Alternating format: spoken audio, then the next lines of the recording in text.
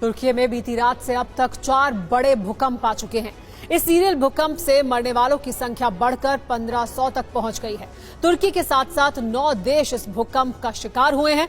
भूकंप की detailed report आपको दिखाएंगे, लेकिन पहले देखिए इस भूकंप से हुई विनाशक तबाही की वीडियो रिपोर्ट।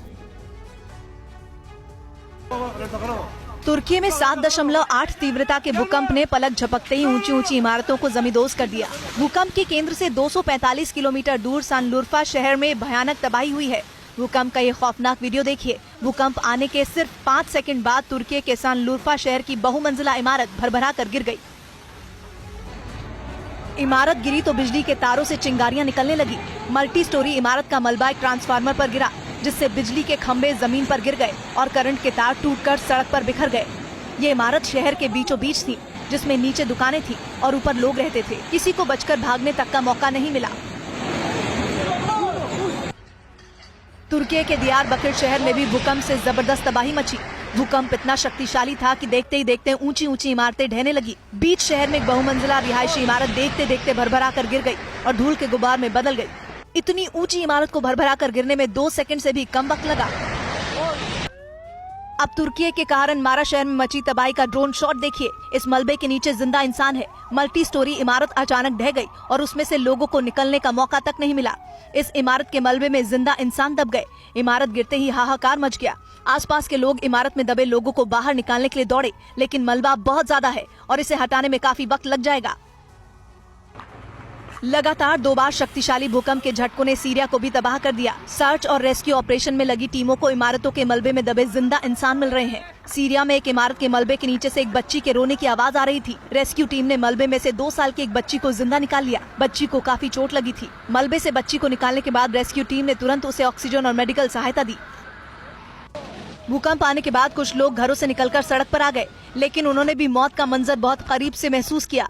भूकंप इतना तेज था कि मजबूत इमारतें भी रेत के टीलों की तरह बिखर गईं। एक के बाद एक इमारतें ढहने की शुरुआत हुई और कुछ देर बाद ही तुर्की के शहरों में सिर्फ धूल और धुआं भर गया। तबाह हुई इमारतों में कितने लोग दब गए और कितनों की मौत हो गई, अभी इसका अंदाजा लगाना भी मुश्किल है। जिस वक्त तुर्की और सीरिया में 7.8 तीव्रता के विनाशकारी भूकंप से दहशत मची थी, तभी तुर्की के एक न्यूज चैनल के लाइव कैमरे के सामने एक इमारत ध्वस्त हो गई।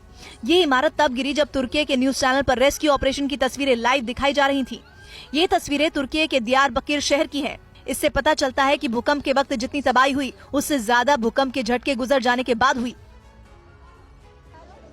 तुर्की के मलातिया शहर में दर्द का डबल अटैक हुआ। मलातिया शहर के एक नर्सिंग होम में घायलों का इलाज चल रहा था, लेकिन भूकंप के दूसरे झटके में अस्पताल की इमारत भी तबाह हो गई। कई मरीज नर्सिंग होम की इमारत के मलबे में ही फंस गए और जिन्हें किसी तरह बचाकर बाहर निकाला गया, वो घायल और बीमार बर्फीली सर्दी में सड़क पर आ गए।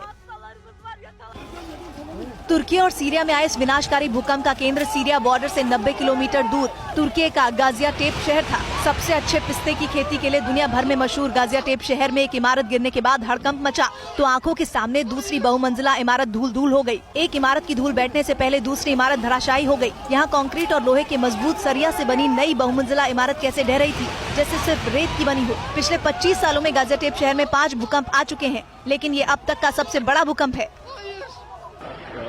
दुनिया की सबसे बड़े गुंबद वाली हागिया सोफिया और मशहूर ब्लू मस्जिद वाले इस्तांबुल शहर में दूसरी बार जल्जला आया तो